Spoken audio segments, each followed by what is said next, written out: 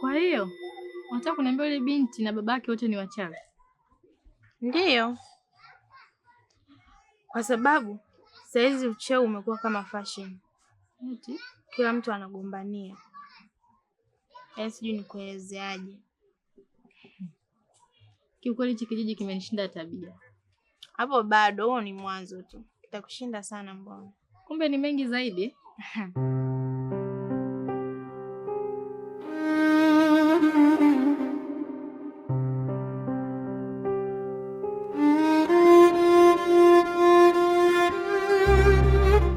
Karibu. Asante. Mke wangu, ile jambo nimeshalifanyia kazi. Kwa leo uliondoka. Wahenga wanasema wasiwasi ndio akili, na usilolijua ni usiku wa giza. Wahenga semi zao hawajakosea kabisa, wako sahihi. Baada ya kutafakari na kulifanyia kazi, nikagundua kweli mdogo wangu ni mchawi. Kijiji. Kuna bwana mmoja anaitwa Sogobani. Huyo ndo alioniambia hicho kitu kwamba mdogo wako 1 2 3 kama nilivyokuhadisia. Katika uchunguzi wangu kuna vingi nimepitia. Nikikuhadisia unaweza ukalia. Kuna siku mwenzako nimeamka na vumbi kama nimetoka Kisarawe kulima. Sasa najiuliza huyu dogo anajiamini nini, kwa sababu anapoongea na mimi aongee kama anaongea na kaka yake. Kumbe nikimuona kwenye mtazamo mdogo, mwenzangu usikifika usiku ni bonge la mtu kuliko mimi. Subhanallah. Wangu ni hatari. Mimi naomba kitu kimoja tu. Wewe ni mke wangu, nakupenda na ndio maana nimechunguza. Nimeshapata jibu. Naomba turudi nyumbani tukalisolve wote hili swala. Hilo swala wewe unalijua leo? Mume wangu, mimi kuna kitu nataka kuongea na wewe. Utanisamehe sana kwa hichi nitakachoenda kuongea. Hapa katikati kuna mambo mengi sana. Ujauzito wa kwanza umetoka. Ujauzito wa pili umetoka. Na watatu pia umetoka. Na tukienda hospitalini, majibu tunayopewa hayaridhishi moyo wangu. Mimi kama mwanamke ikabidi nitoke hata bila kukuaga. Nikaenda upande wa pili. Nilichoambiwa shida kubwa ni mdogo wako. Mdogo wangu? Kivipi mdogo wangu? Mdogo wako wewe ni mchawi. Eh?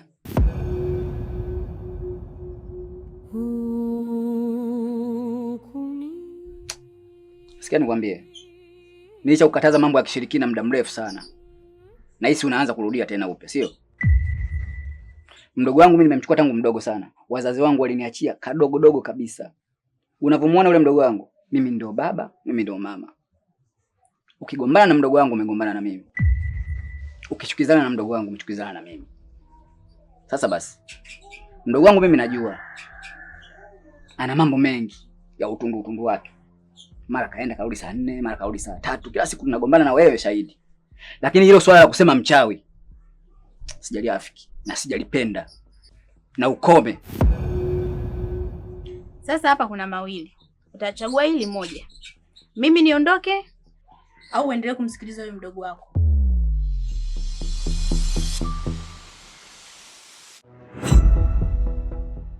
Sasa mke wangu, mbona umefika sana mbali? Swala linazungumzika. Masuala ya kifamilia huwa yapo haya. Sasa uondoke vipi? Kuna swala la kuondoka au ulipanga tangu muda mrefu? Wewe kuweza, unaliona hili ni dogo sana.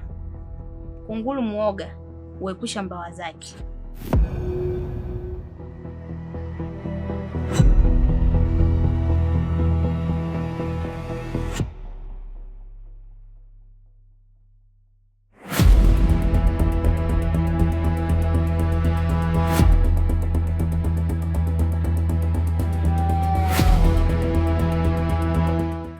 Kaka,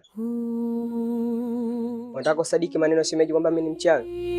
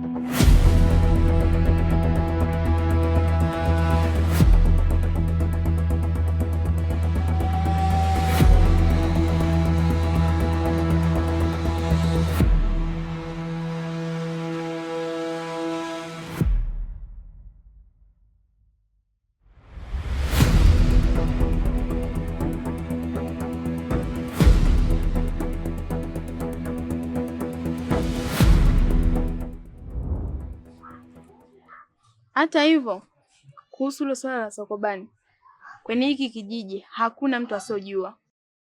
Imefika hatua mpaka wachawi wenyewe wameanza kutafutana, yaani wanagawana makundi. Kuna huyo mdada anaitwa Sisu, anatafuta vijana wadogo wadogo wa kike na wa kiume kwa ajili ya kuwaunga kwenye hicho chama cha kichawi. Hata mdogo wako ndio yupo huko. Na hilo swala la kurudi mimi nyumbani haliwezekani, kwa sababu siku ile nilikwambia uchague mmoja kati ya haya mawili. Msimamo wako ulibaki kumsikiliza mdogo wako, na mimi nikarudi zangu nyumbani.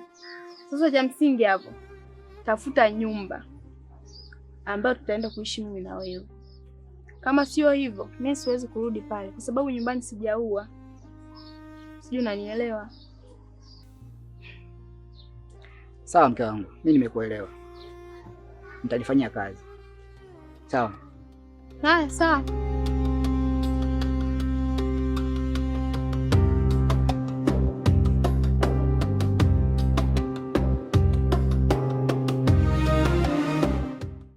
Bwana siku zote wanasema msema kweli ni mpenzi wa Mungu, na usiku wa deni hauchelewi.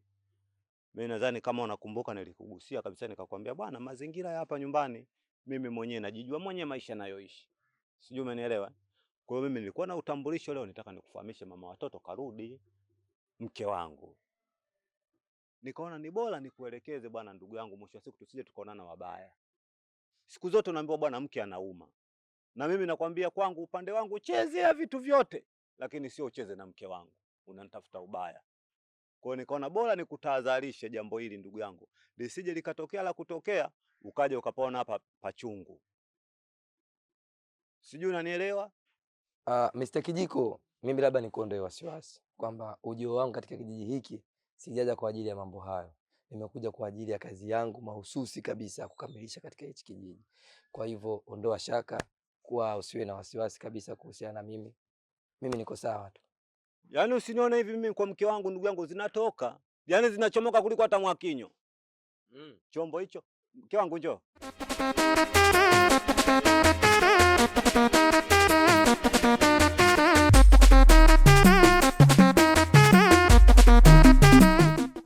Mke wangu bwana, samahani. Maana nilikwambia bwana kuna kijana niko naye hapa, ndio huyu. Habari yako kaka? Salama tu, vipi hali? Safi kabisa kakaangu. Mbona macho inakuwaje tena?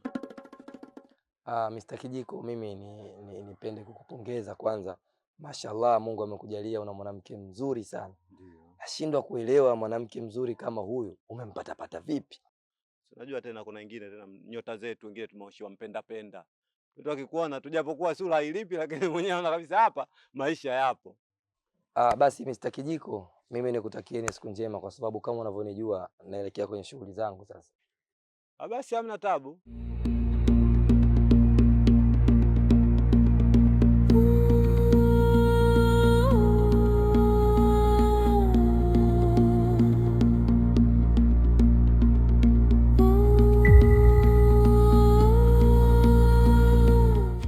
Mke wangu, mpangaji yenyewe nilikuwa nakwambia ndio huyo bwana.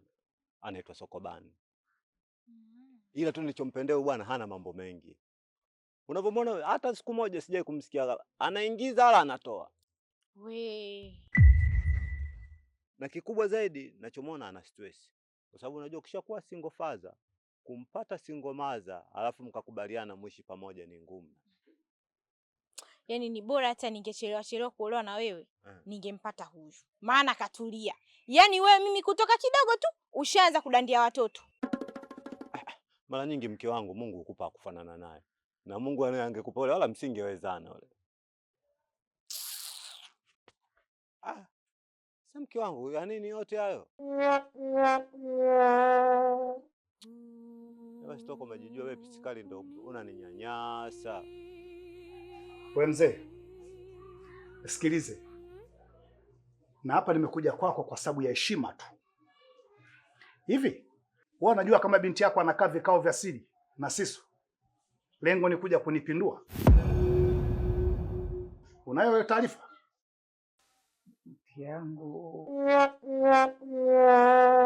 Binti yangu gani? Koma wewe. Wewe mzee, mbona unajizima data? Hivi, wewe unaponiuliza binti gani binti gani? Wewe una mabinti wangapi hapa kwako? Wewe una mabinti wangapi? Huyu binti yangu Zinduna. Wewe unajifanya ujui? Zinduna huyu mwanangu. Kwani una Zinduna wangapi hapa? Sawa, amefanya nini? Chefu. Nimeshakwambia kabisa kwamba binti yako Zinduna anakaa vikao vya siri yeye pamoja na Sisu. Lengo ni kuja kunipindua mimi. Afu unaniuza tena binti yangu huyu kafanya nini? Wewe unataka niongee mara ngapi ili unielewe? Sasa nakukanya wewe na binti yako. Msipokuwa makini nitawafyagia wote. Wote. Sasa eti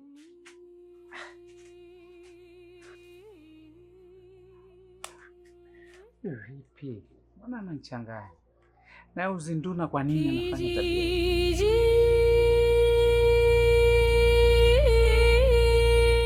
Kondo hivyo mzee wangu. Mpaka nimekuja hapa ujue maji tayari ameshazidi unga. Kila nikijitahidi kusonga unapanda uji tu hapa. Unamaanisha nini ukisema hivyo? Bado sijakuelewa kabisa. Sasa wewe usichoelewa hapo ni nini? Wewe ulitupa kazi hapo nakumbuka. Na nikakwambia kabisa mzee unatupa hii kazi lakini ni ngumu. Hiki kijiji ni kigumu. Lakini ukutaka kuelewa, ona sasa kilichotokea. Mr. Karungu, labda nikwambie kitu kimoja. Nafahamu fika kinachoendelea. Na kama unavyoweza kuona kijiji hiki cha Ukuni ni kijiji hatari sana. Kijiji hiki wachawi wamekiandama sana. Hata mimi napigana vita nyingi sana, napigana vita kubwa sana na wachawi.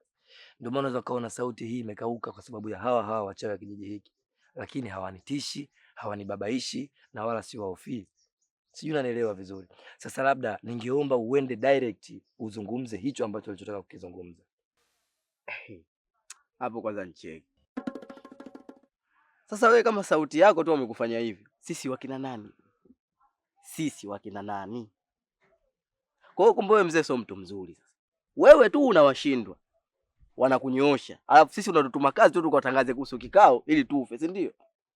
Hebu ondoa shaka kwa. Ondoa wasiwasi. Upo na mimi mtaalamu Sokobani. Mimi sijawahi kushindwa kwenye kazi yangu yoyote. Na ndio maana nimeweza kuja katika kijiji hiki cha Ukuni. Mimi nimetoka katika vijiji mbali mpaka nakuja katika kijiji hiki. Na lengo langu kubwa la kuja katika kijiji hiki ni kuhakikisha napambana na wachawi wa kijiji hiki mpaka wanaondoka. Sijui unanielewa?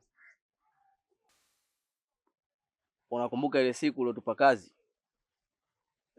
Tulitoka hapa na mwenzangu vizuri kabisa. Tulipofika huko mtaani tukagawana majukumu. Nikamwambia pita huku na mimi nipite huku, tutakutana katikati. Tusije tukachanganya mambo.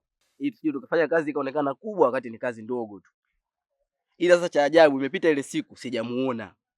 Imepita siku ya pili sijamuona, nikabidi nianze kumtafuta sasa. Kwenye nyakati za kumtafuta ndo nikapewa taarifa kwamba ameonekana mzee Kauzeni akimchukua. Amemchukua chukuaje? Kamchukua chukuaje vipi? Amepotea naye kayayuka naye hivi. Yayu. Okay. Nakuelewa. Na labda nikwambie tu kitu kimoja Mr. Karungu. Umefanya vizuri sana kuja kunipa taarifa mapema. Laiti kama ungalichelewa basi tungekuwa tumempoteza huyu ndugu yako. Ila unapaswa kunisikiliza na kuniamini mimi. Ndugu yako atarudi. We mzee, usianze kunipaka mafuta hapa kwa mgongo wa chupa. Ili jambo unaliona ni dogo hili. Alafu mimi nilikwambia ile siku nikakwambia kabisa, hiki kijiji ni kigumu. Huyo mzee Kauzeni mwenyewe unamuona huyo mzee Kauzeni. Tumeshamfanyia vitimbwi kibao, lakini hajafanya ili tukio alilofanya. Ngoja sasa nikupe data. Yule mzee Kauzeni tulishamwibiaga mchanga. Sawa? Tukamwibia kabisa na pensi yake ya ndani alikuwa ameanika, tukachukua tukaenda tukafanyia kazi. Lakini hakuwahi kuchukua action yoyote zaidi tu ya kututisha. Sijui mnilipe 50,000, sijui hivi kaongea maneno kibao. Lakini hili la kikao hili amelikomalia mpaka amepotea naye sasa. We, nisikilize. Usitaki kunipanda kichwani. Sio kwa sababu nimekupa fursa ya kukaa na mimi hapa chini kuzungumza ndio ikupe jeuri wewe kwanza kunijibu mimi upumbavu. Unanielewa vizuri? hii kazi niliyowapa, hii sio kazi, ilikuwa ni adhabu kutokana na makosa mliyofanya. Sasa basi, nenda ukatangaze kikao, hakikisha kikao hiki kinafanyika. Sijui unanielewa vizuri. Ndugu yako atarudi kama kawaida. Sitaki maneno mengine. Mbona sio mtu mzuri? Yaani mimi nakuletea taarifa ya ndugu yangu kupotea, unaniambia tena niendelee kutangaza. Kwa na mimi nipotee. Si ndio? Na mimi nikipotea pakaliki hapa. Mimi siendi. We, ondoka.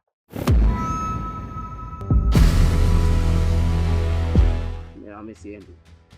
We, ondoka. Mimi nitaenda kupotea bure na mimi. Nasema ondoka.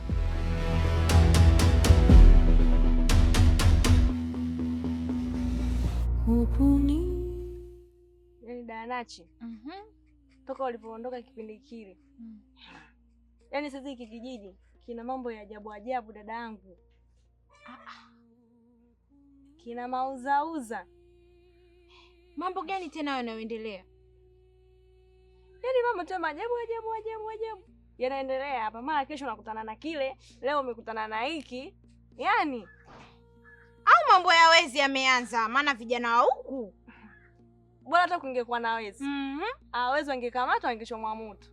Si hata wezi dadangu. Wewe sio upo, utajionea mwenyewe kwenye hiki kijiji.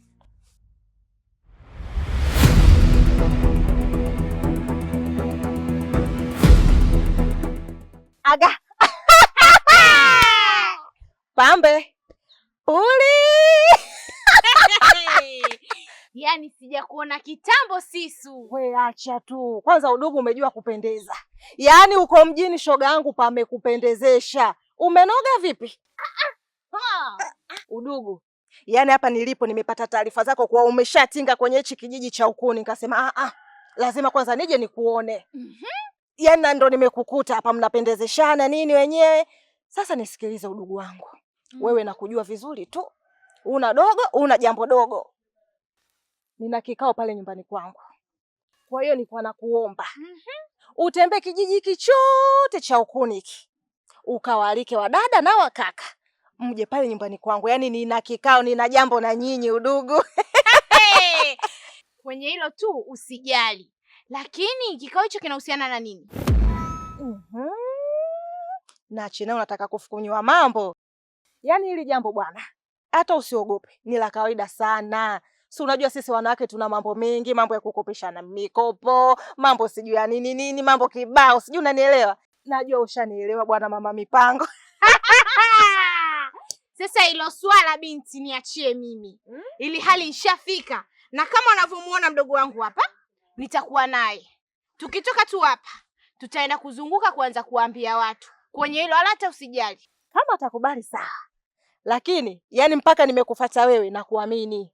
Yaani nakuamini aswa huo mdomo wako. Hiki kijiji chote kinakujua. Kwa mimi naamini kabisa nitapata watu washirika wa kuja pale nyumbani kwenye kikao changu. Na kuomba hata huyu mwenyewe huyu umfosifosi umbembeleze naye aweze kuja.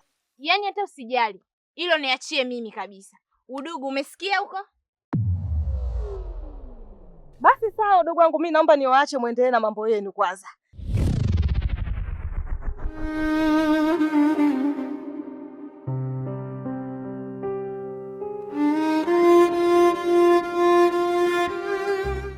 Binti, umesikia fursa hizo? Dada, huko hamna kikao chochote? Yule dada Sisu mimi namjua vizuri. Kwa ushauri wangu tu mimi naomba usiende. Kwa nini tena wache kwenda? Akati kuna mambo ya Isa, kuna mambo ya vikoba, kuna mambo ya wanawake kibao. Danachi, maka nakwambia hivyo mimi mdogo wako nakupenda. Naomba usiende kwenye kile kikao. Sasa nisikilize. Mimi kwenda nitaenda, nitaambia watu wataenda. We kama unasusa susa, sisi tunaenda. Naona sasa hivi uweze kunielewa. Kusuka nimegia hili naomba kitana changu mimi nenda nyumbani.